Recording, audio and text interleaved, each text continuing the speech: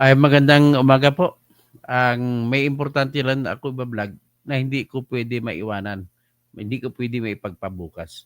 Napakahalaga po ito. Ito po ay magdudulot ng kagandahan o kasamaan sa buhay ng mga Pilipino. Ito po ay napakahalaga. Ito po may kinalaman sa kinabukasan ng bayan na dapat matigil. Ang isa po rito na naging epekto nito ay nagkaroon po ng 17 million na tao na Pilipino na yung boto nila sa pagkasenador ay hindi nabilang dahil sa mga kagagawan ng mga interference sa sistema na ginagawa ni George Erwin Garcia. Kaya dapat na ito, panahon na ito kakalusin. At sinasamantala ko lang po, ay sana pasalamatan ko lang sa inyo at ito lamang po ang pag-asa ko na magpatuloy kong aking pagbabloging. Paki-like, malaking bagay na po sa akin yan. At share, malaking bagay na po sa akin yan. At siyempre, paki-campaign nyo sa inyong mga kasamahan na mag-join dito sa channel natin para dadami ang mamamayan ng mga makatarungan at makatotohanan. Maraming salamat po at nais ko lamang bagitin bago tayo magsimula na pakitulungan nyo ako. Kaya total may hanggang July 15 pa naman tayo sa pagsampa ng tinatawag na co-warranto petition laban kay Erwin Tulfo. At ang ating kakaso ay doon sa Senate Electoral Tribunal at ang babayaran ko doon na sinisingil ng Senate Electoral Tribunal ay 50,000 pesos para sa filing fee at 10,000 pesos po para sa mga deposit fee. At pagka ganun man ang mangyari, kailangan natin ma-file ito. Kung hindi, kaya hindi natin mapatanggal sa Senado ang isang tao na Amerikano pero senador na. That's the only way. At may kumpiyansa naman ako po na mananalo tayo sapagkat ang Senate Electoral Tribunal po ay binubuo po siya ng isang 6 na mga senador at 3 mga justice ng Supreme Court. Kaya matindi po ang kalidad ng desisyon ng ito. So, with that, diretso na po tayo sa ating pakay. Ang pakay po natin ay kailangan kasuhan na si George Erwin Garcia na halimaw talaga nitong ginagawa nito. At kumita siya, biro mo, ginawa niya si Benny Abante na panalo kahit utos sa Supreme Court, bawal na second place kung yan man ay kung matatanggal man sa pagka-kandidato si Joey Oy. Pero base po sa desisyon ng Supreme Court sa Co versus Itzret ay hindi pwede tanggalin ang isang tao na ang nanay niya Pilipina at ang tatay na Chinese, pero Chinese nung minor de edad pa siya ay naging Pilipino na. Hindi po pwede tanggalin. Nakadesisyon na yan dyan sa Co versus Itzret. Ang sitwasyon ni Congressman Jose Ong Jr. ay kaparehas ni Joey Oy. Si Jose Ong Jr. ay congressman sa Northern Samar. Nanay niya Waray, ang tatay na Chinese. At kaya ay naging Pilipino siya ng kahit na sabihin pa natin noong siya ay nanumpa yung tatay niya pagiging Pilipino. Okay? So pakinggan po natin ang si Attorney Gerald Harold Respicio na nagsampa kanina ng kaso. Ito po siya.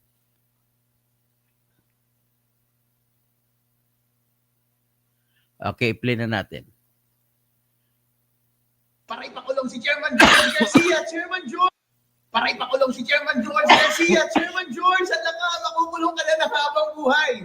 Dahil nagsampa kami sa iyo ng mahigit na 50 milyong counts ng cybercrime. Dahil sa lahat ng iyong mga ginawang kalokohan noong nakaraang eleksyon. Ang specific crime po na isinampa namin lamang sa kanya ay system interference. Yan po ay nasa ating Cybercrime Prevention Act. Ano po ba ang ibig sabihin ng system interference? Kapag gumamit ka ng software na hindi authorized, kapag gumamit ka ng equipment na hindi authorized, at kapag minanipulate mo yung mga data na hindi authorized. Ano ba yung mga ginawa ni Chairman George at kanyang mga kakampi sa COMELEC noong nag-interfere sila ng ating computer systems noong eleksyon? Number 1, ang authorized po ng batas na gamitin sa ating automated counting machine ay yung na-audit. Ang na-audit po yung version 3.4. Ano ang ginamit niya? Version 3.5. Meron bang system interference? Meron po! Yes! Pangalawang system interference ay nung gumamit sila ng intermediary server through data center 3, nung nag-transmit yung mga automated counting machines papunta sa mga transparency server. Ano po ba ang sabi ng batas? Dapat diretso yung transmission ng election results mula sa bawat automated counting machine papunta sa mga servers ng transparency server. Wala dapat manipulation. Pero inamin mismo ni Chairman George Garcia na nakialam sila sa gitna. Minamanipulate nila lahat ng election results, kinokolate nila at pinapadala nila every 15 minutes. Malinaw na malinaw, umamin na kaagad, napakadali na kaagad ng trabaho ng NBI. Pasok na kaagad sa system interference pagdating sa transmission. Pangatlo po, umamin pa rin siya ng pag-delete ng mga election results, in particular 5 million votes. Inamin niya po yan sa media na after may ipadala yung mga election results na 5 million, didelete po niya iyon. Pag-amin po ba iyon ng system interference? Opo. Bakit po mahigit 50 million counts ng system interference ang isinampa namin kay Chairman George Garcia laban sa kanya at kasama ng kanyang mga kakampi? Dahil po, sa paggamit ng software, kada shoot mo ng balota ay isang pag-operate po yun ng software. Kaya kapag gumamit ka ng maling software, kada basa ng isang balota, isang instance po yun ng system interference. Ilan po ba ang nakast na balota sa ating bansa noong nakaraang eleksyon? Mahigit na 50 million votes. Kaya Chairman George Garcia, 50 million counts of system interference ang inyong ginawa. Ganon din po sa transmission. Ilan po ba ang ating makina noong nakaraang eleksyon? Mahigit 100,000 automated counting machines. And kada transmission from the machine papunta sa mga server ay isang instance ng transmission. At kapag pinakialaman nila ang kada instance ng transmission, isang instance po yan ng system interference. At ganoon din po yung pag-delete nila ng 5 million votes. System interference po yan. Kapag titignan po natin ang Cybercrime Prevention Act, ang parusa po dito sa bawat system interference ay mahigit na 6 na taong pagkakakulong. Chairman George Garcia, habang buhay kang makukulong. Hindi na ikaw ang magiging leader ng COMELEC sa 2028. At ang multa po na ipapataw sa inyo, kada count ay 200,000 pesos at mas mahigit pa. At kaya kung totoo po, yung mga sabi-sabi na nabayaran ng COMELEC, ng napakalaking milyon-milyones at bilyon-bilyon nung nakaraang eleksyon, kulang pa yung pera na iyan para sa pagbayad ninyo ng multa kapag na-convict kayo sa lahat ng counts na ito na isinampa namin dito sa NBI. Lahat po ng ito ay ginagawa natin para hindi na po maulit yung dayaan sa 2028. Na baka siya pa rin ang uupo as chairman ng COMELEC. Tandaan po natin, ang tenure ng mga COMELEC commissioner ay rolling 7 years. At siya pa rin siguro ang uupo sa 2028. Mga taong bayan, gusto niyo pa rin bang si Chairman George Garcia ang mag-lead ng COMELEC sa susunod na eleksyon? Wag na po! Gusto niyo pa rin po ba ng dayaan? Wag na po! Kaya po namin isinasampa itong kaso na ito para makulong na po siya at hindi na po siya ang maging chairman ng COMELEC sa susunod na eleksyon. Tandaan po natin na ang gravamen ng case ng system interference ay basta nag-interfere ka. Hindi na mahalaga na yung pag-interfere mo ay para magkalim ng gaya o hindi. Sa totoo lang po, napakadali ng trabaho ng NBI ngayon kasi inamin na lahat ni Chairman George na nag-interfere siya sa software at nag-interfere siya sa equipment sa pamagitan ng mga intermediary server at pag-delete ng mga data. Kung meron mang gayang ginawa o hindi po yun ang mahalaga. Ang gravamen po ng krimen ay nag-interfere ka, nakialam ka na hindi naman dapat. And that simply, merong dahilan para i-prosecute na kaagad criminally itong si Chairman George Garcia at ipakulong na siya habang buhay dahil mahigit na 50 million counts itong kaso na ito. Sa totoo lang po, napakadali ng trabaho ng NBI ngayon dahil lahat ng ebidensya po ay nasa media na inamin lahat ni Chairman George ang lahat ng interference na kanyang ginawa. Kasama namin ang napakaraming pari, mga bishop at napakaraming general. Ibig sabihin, kampi namin ang Panginoong Diyos at ang militar sa ating bansa. Nagkaroon ba ng dayaan noong 2025 elections? Nagkaroon ba ng nakawan ng boto ng sambayanang Pilipino? May mga very disturbing signs. At yun po yung gusto nating malaman sa kaso na sinampa natin ngayon. So, a group of bishops and retired generals and civil society leaders nagsampa ng complaint dito sa NBI dahil gusto nating malaman ang katotohanan. May 3 allegations po tayo essentially. Una, kasi yung certified and audited na software program na 3.40 na dapat i-install sa lahat ng automated counting machines in all precincts nationwide, pinalitan nila na an audited and uncertified program 3.50. Yun pong una. Pangalawa, nasa batas kasi required na lahat ng election returns galing sa ACMs, counting machines, sa lahat ng presinto nationwide, dapat directly na ipapadala yan sa COMELEC central server at sa 5 transparency servers tulad ng PPCRV, media, NAMFREL, at yung dominant political parties. Pero hindi ganyan ang nangyari. Pinadaan nila sa isang intermediary server or system doon sa data center 3. At ito yung unang tumanggap na proseso at ng consolidate ng election results data bago pinadala sa PPCRV, sa NAMFREL, sa media, at 2 dominant political parties. So, gusto nating malaman, nagkaroon ba ng alteration or manipulation o dayaan? So, that's why po, in-invite natin ang itong NBI na pwede bang imbestigahan ninyo para malaman natin ang katotohanan. So, yun lang po. Chairman George Garcia, hindi po lahat ng Pilipino ay bulag at takot at natutulog. Mahaba po ang kamay ng hustisya. Kung may ginawa po kayong kalokohan, maabot at maabot din po kayo ng kamay ng batas at mapapaisalalim kayo sa batas at hustisya ng ating bansa. So yun ang po, no? Ito po, si former president ng Financial Executive of the Philippines, no? Si Franklin Isaac, may gusto siyang explain sa inyo. Pagbigyan mo natin siya ng pagkataon. Maraming salamat, Alex. Harold. Kami po yung sa unang-una po, ang PNP Trio po, na po namin, si General Ellis sa Kasigas.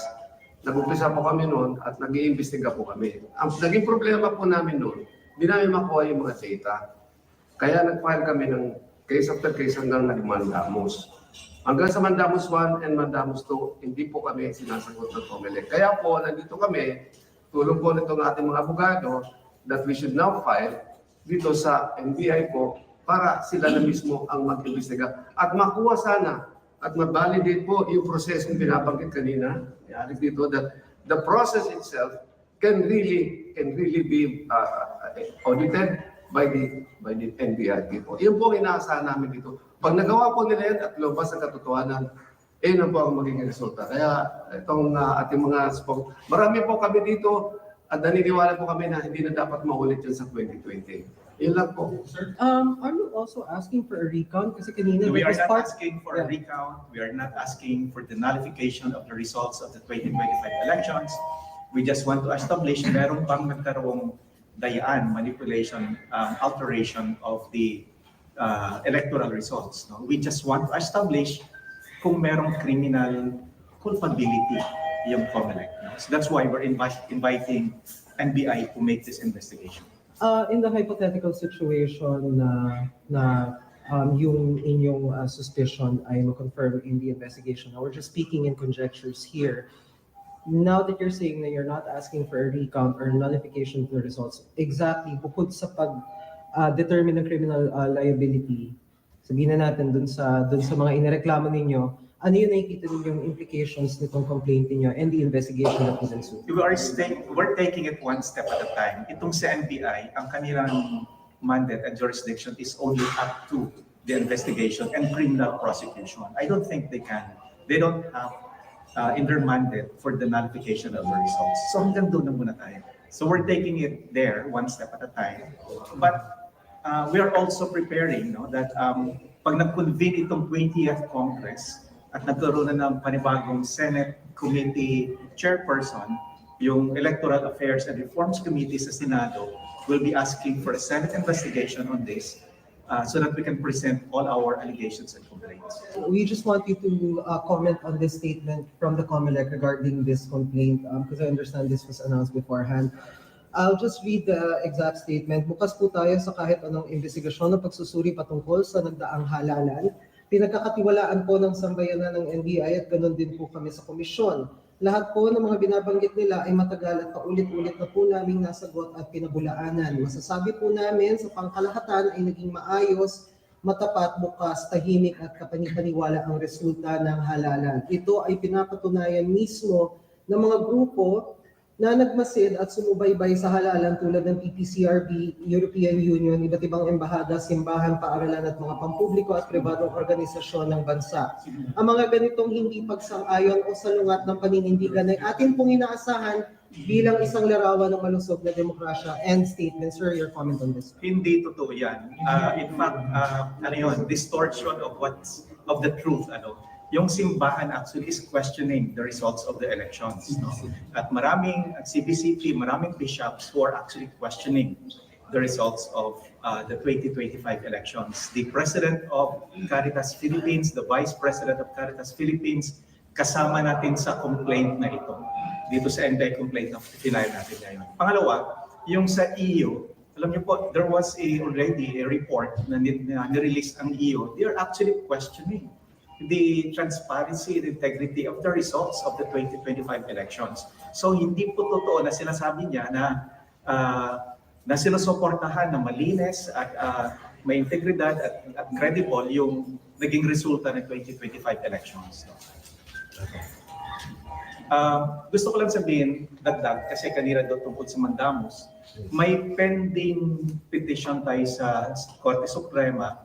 Ito naman concerning doon sa legal compliance implementation of Section 31 of 9369.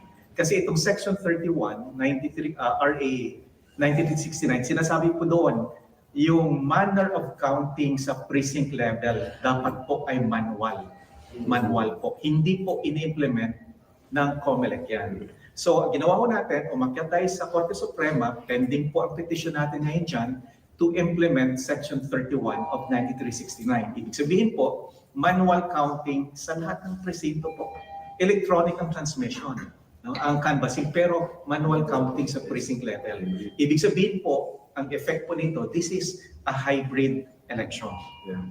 Napaka-specific po, napaka-klaro po ng provision po na yon sa RA 9369, which is the amended law on automated election law system in the country. Are you open to the possibility na baka mag-recount ito kung sakali? I mean, now It's not- you're asking, you're it's not asking for recount. We are not yet there. We are Not not yet yet there. there. We are not yet there. No? But anything is possible. We just want to establish the truth right now. We want an investigative government body to determine the truth. And in our case, this is the NBI, no? That can establish the truth for us. Gusto lang natin malaman, nagkaroon ba ng manipulasyon noong 2025 elections? So, maraming salamat po sa inyo. Okay. So, yan po ay yung nangyari. At atin pong alalahanin, mayroon lang ko sasabihin. Ang isa pong matinding ebidensya kung bakit nagkaroon talagang nagkakaroon, hindi mo talaga solid proof ito. Kung bakit nagkaroon po ng tinatawag na pandaraya ni George Erwin Garcia ay kung bakit lumabas po may overvotes na more than 17 million sa boto ng mga senador. Ano po ang kahulugan ng overvotes na tinatawag nila? Kapag bumuto po kayo ng mahigit sa 12, dapat 12 lang iboboto mo ng mga senador na kandidato. Pero pag bumoto ka ng mahigit sa 12, ang tawag doon overvotes. So kung ang bilang po ng overvotes sa 17 million, ibig mo sabihin, yung 17 million ay mga Pilipinong bobo? Tingnan niyo po ang sitwasyon. Ang 65 million na botante na Pilipino ay bumoto. Sa 65 million, kung nabilang po lahat yan, dapat sinamang 17 million. Tingnan mo kay Bongo. Ang boto ni Bongo 26 or halos 27. Plus 17 kung nabilang pa yan. Hindi, 37 plus 7, 44 sana. Ang 27 po, napakalayo po na ang 26 o 27 na napakalayong boto po yan. Kung kumpara mo sa total na taong bumoto ay nasa 60 million. Di ba nakita nyo? 65 lang, hindi lang 60. Kaya yan po ang aking dyan. At meron po akong petition na sinampa sa COMELEC na hindi pa nila na-action ngayon na ideklara nila na total failure of election ang 2025 election. Dahil po sa 17 million na botante ay hindi nabilang ang kanilang boto para sa pagkasenador. Yun lamang po ang aking masasabi at magandang umaga po sa lahat. So, Ben Reclamador, na why not recount? Kasi kung recount, magastos Kaya ayaw nila yan. Si Angel, let's all help Doc Toto. O, tulungan niyo naman ako sa advocacy ko. Willie Yo, Hop Brent, Fred Zaita, walang magagawa ang mga korte sa kaso ni George Garcia kasi hawak. Titignan na lang natin po. At saka sa tama lang itong ginawa nila ni Attorney Alex Lacson na grupong 6 at saka ni Attorney Gerald Harold Despicio na sa pagsampa para maiwasan na matatakot naman ang susunod na COMELEC sa eleksyon na gagawin yung ginagawa na ngayon. Para itong gagawin ito sa BARM election sa ngayong October at saka sa barangay chairman election ngayong December para hindi na nila gagawin yan. So, Maria, God save Attorney Respicio kasi ang tapang nyo para labanan ang mga traidor. Rodi Rabi Pastor, magandang gabi po. Angel, ipagdasal niyo po na marami pa pong tutulong sa aking advocacy na maisampa ang kaso ng petition for quo warranto laban kay Erwin Tulfo. Magandang gabi po sa inyo. Magandang umaga na po sa inyong lahat. Kasihan sana tayo ng Diyos.